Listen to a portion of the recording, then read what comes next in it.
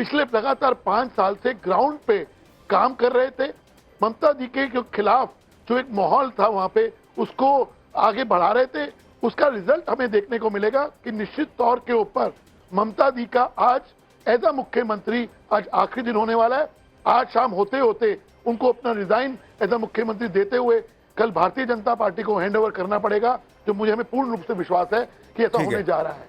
एक चीज बताइए संजय जी कि अगर ये स्थिति बनती है कि मान लीजिए ममता बनर्जी हार रही है, अभी के लिए जो सिचुएशन उसके हिसाब से कह रहा हूं, अगर ममता हार जाए, तमिलनाडु में एक नया ही चेहरा आ जाए और 2 बड़ी रीजनल पार्टीज पीछे रह जाए मान लीजिए, तो देश की पॉलिटिक्स पर इसका क्या इंपैक्ट है? मैं समझता हूं कि फिर तो यही एक इसका जो एक संदेश है या पैगाम है, यही होगा कि भारतीय जनता पार्टी दक्षिण में सहयोगियों के साथ उसकी एक वहाँ पर एक ज़रूर एक अच्छी एक परिस्थिति उभर के आ रही है, उसमें कोई शक नहीं है, क्योंकि तमिलनाडु में फिर विजय और अन्ना डीएमके का एक सरकार बन जाएगा। तो क्या उनका 2029 सॉर्टेड हो जाएगा फिर? नहीं, सॉर्टेड तो नहीं है, क्योंकि उनकी कितने सीट से मुझे मालूम नहीं है, लेकिन अलायंस में मतलब अगर विजय साथ में है और अगर लोकसभा में भी फायदा दिलाएंगे तो फिर हो सकता है। हाँ, तो हो सकता है कुछ सीट से जरूर मिलेंगे, लेकिन सबसे बड़ा जो महत्वपूर्ण जो चुनाव का नतीजा। सर एक बड़ी खबर बता दूं, रुझानों में बीजेपी बंगाल में बहुमत हासिल कर पाई है।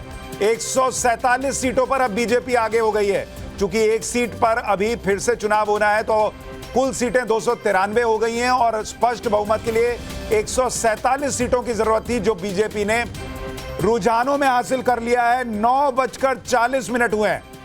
10-11 बजते बजते कहा जाता है कि थोड़ा नतीजे सेटल होने लगते हैं, लेकिन अभी 10 बजने में 20 मिनट बाकी और बीजेपी स्पष्ट बहुमत हासिल करती दिख रही है। जल्दी से एक रिएक्शन हर्षवर्धन जी, आपको लग रहा है चेंजेस के चांस? नहीं, देखिए मुझे तो कोई संदेह नहीं दिखता है कि भारतीय जनता पार्टी की सरकार बन रही है। ये सब आपको मुझे लगता है थोड़ा सा हम 1 घंटा और वेट करना चाहिए। संजय जी, आपको? मुझे भी लगता है कि बंगाल में थोड़ा देखना चाहिए, क्योंकि अभी 1-2 राउंड 3 राउंड की काउंटिंग हुई है। मुझे लगता है कि बंगाल में थोड़ा संयम रखना अच्छा यूसुफ भाई, आपके हिसाब से? मुझे लगता है अभी इंतजार करना चाहिए, करीब 11 साढ़े 11 बंगाल में अभी रुझान है, थोड़ा सा समय का इंतजार करना चाहिए। मुझे लगता है सुशांत जी की बहुत जल्दबाजी होगी। अरे हम पूछ रहे हैं भाई, राजगोपालन सर, आपके हिसाब से बंगाल में? हाँ, परिपूर्ण जन से ममता बनर्जी हार चुकी है, बीजेपी सत्ता में आ चुका है। आ चुकी है सर, अभी 2-3 राउंड की काउंटिंग हुई है। कोई बात नहीं, अभी नंबर तो 110 में बढ़ा ना, वो 90 में जाएगी। अच्छा, आगे चलिए तमिलनाडु में, लेकिन तमिलनाडु में बहुत बड़ी स्टोरी वहां से आ रही है। चाहे जो भी हो, अगर डीएमके हार रही है और एक नया, मेरी भी राय ले लीजिए महाराज, मेरी भी राय ले लीजिए। ज्यादा विजय का आना। हाँ नहीं, डीएमके बिहार मेरी जो भी भी राय आप ले कह लीजिए, दें, सबकी एक राय ले नई लीजिए, पार्टी मेरी भी ले उभर के लीजिए। आ रही है। ये हमेशा पिछली बार ये हुआ था जब आम आदमी पार्टी दिल्ली में आई थी और वो भी फिल्म स्टार नहीं थे, लेकिन डीएमके एक बड़ा स्टार, और इसके पास फिनोमेना, एक तो एमजीआर आए थे, लेकिन वो मूवमेंट द्रविड़ा मूवमेंट से आके वो आए थे। फिर एक दौर में एनटीआर आए थे तेलुगु देशम पार्टी लेकर, अब उनके सन इन लॉ मुख्यमंत्री हैं आंध्र प्रदेश के।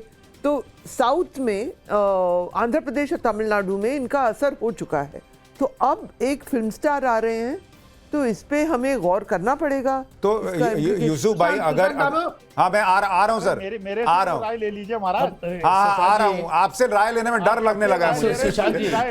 ठीक है, बोलिए सर, बोलिए। अखिल जी बोलिए। स्टॉक मार्केट का पूछेगा सर, स्टॉक मार्केट मैं बोलूं? हाँ बोलिए सर, बोलिए। देखिए, जिस प्रकार से केचुए ने लोकतंत्र का लूट की है और जिस प्रकार से वहां बंगाल के अंदर वोट लूटा गया है, मैं निवेदन करता हूं ममता बनर्जी से और सारे अपोजिशन पार्टी से, गांधीवादी हम लोग हैं, हम गोडसेवादी नहीं हैं। गांधीवादी अहिंसात्मक आंदोलन चलाइए, अपने देश के अंदर लोकतंत्र के संविधान की हत्या मत होने दीजिए। एक संवैधानिक रूप से परमिटेड। अखिल जी, मुझे ये बताइए, आप side by side Rahul Gandhi का भाषण तो नहीं लिखते हैं? आप में मुझे सारे वही गुण दिख रहे हैं कि बोलो कुछ भी, मैं तो वही बोलूंगा जो मैं बोलना चाहता हूँ। अरे बच्चे हैं महाराज, अभी आप बच्चे हैं, बहुत छोटे हैं। अरे सर, हम भी 25 साल हो गए करते करते, हम भी बहुत चुनाव देख लिए। मुझे 50 साल, ठीक है, और कम से कम आप एक घटना सुना देता हूँ। हम लोग इलाहाबाद यूनिवर्सिटी में पढ़ते थे ना, तो एक लाइब्रेरी का चपरासी था, उसने कहा हमारे सामने जाने कितने छात्र संघ अध्यक्ष आए और चले गए, तो उन्होंने कहा हाँ भैया अध्यक्ष बन के मंत्री बने, सांसद बने, तुम अभी चपरासी की चपरासी। तो सुशांत जी नाराज नहीं होना है, ये कहना चाहिए। नहीं थे वो चपरासी कहीं, आप तो वो चपरासी नहीं अच्छा थे। ठीक है, पर्सनल नहीं जाते हैं, रहने दीजिए, मेरे ठीक है पे सर। नहीं ये तरीका गलत है ना। तो आप भी तो जा रहे हैं ना सर, अखिल जी आप तब से वही कर रहे हैं, आपसे पूछो ए आप बताते हैं जेड, हम क्या करें बताइए। मेरी इच्छा है, मैं क्या बताऊं। नहीं आपकी इच्छा नहीं है ना सर, यहाँ पे सब लोग इस पे चर्चा कर रहे हैं, आपसे सभा ने भी पूछ लिया कुछ, आप बता रहे हैं कुछ। चलिए हमसे तो आपकी नाराजगी हो सकती है, ठीक है। यूसुफ भाई मुझे ये छोड़िए, चलिए अब शेयर बाजार आपके, यूसुफ भाई आप बताइए। मैं ये कह रहा हूं अगर ये नतीजे रहते हैं जो दिख रहे हैं, क्या तमिलनाडु का बीजेपी के लिए विजय का आना और इस तरह से चढ़ जाना क्या 2029 के लिए उनके लिए बहुत फायदे की बात है? और अगर बीजेपी बंगाल जीतती है तो क्या 2027 में यूपी में भी बीजेपी के लिए बहुत बड़ा इंपैक्ट पड़ेगा इन नतीजों का? हाँ बिल्कुल, जो भी आज जो 5 राज्यों के विधानसभा चुनाव के नतीजे आ रहे हैं, इनका जो प्रभाव है वो अगले साल 7 राज्यों में जो चुनाव होंगे विधानसभा के, 5 एक बार होंगे, 2 बाद में होंगे, उन पे भी असर पड़ेगा और लोकसभा के चुनाव के नतीजों को भी ये नतीजे प्रभावित करेंगे। जो 2029 की बात आपने कही और जो बीजेपी जिस तरह साउथ में बढ़ती हुई दिख रही है, मैं आपको बताऊं 2 जुलाई 2022 में बीजेपी की जो राष्ट्रीय कार्यकारिणी की बैठक हैदराबाद में हुई थी, उसमें प्रधानमंत्री नरेंद्र मोदी ने साउथ में बीजेपी कैसे बढ़े इस पर स्ट्रेटेजी बनाने पर जोर दिया था और 2024 में बीजेपी उसे एग्जीक्यूट नहीं कर पाई, लेकिन उसके बाद से बीजेपी ने लगातार साउथ में काम किया है। बीजेपी का एक काम करने का तरीका है, वो बहुत साइंटिफिक तरीके से और सिस्टमेटिक तरीके से एक टारगेट बनाती है, उस टारगेट को अचीव करने की एक रणनीति बनाती है, उस रणनीति के अलग अलग स्टेप्स होते हैं और उस स्टेप पे लोगों को जिम्मेदारी दी जाती है, ठीक है। तो उसके हिसाब से मुझे लगता है कि ये नहीं, लेकिन इसमें समय एक चीज ये भी है, एक चीज ये भी है, ये पैसा कहाँ से आता है? एक मिनट हमारे सहयोगी भवानीपुर में मौजूद हैं, एक बार उनके पास चलते हैं। ये देखिए, ये बीजेपी के समर्थकों का जोश है। क्या नाम है आपका?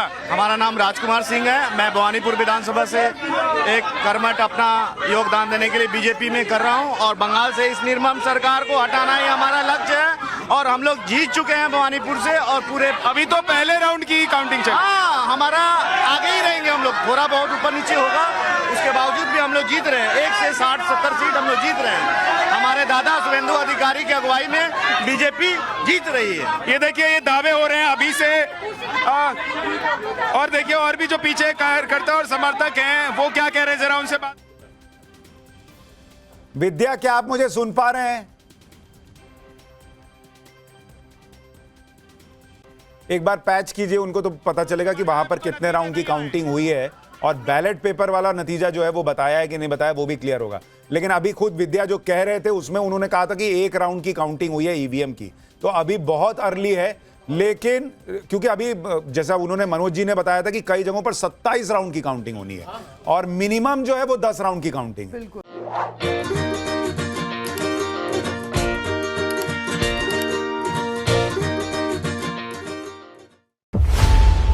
खबरों की रणभूमि में यहां शोर नहीं सोच लड़ती है, जहां शब्द नहीं फैक्ट्स वार करते हैं और हर सवाल खोलता है सच की नई परत।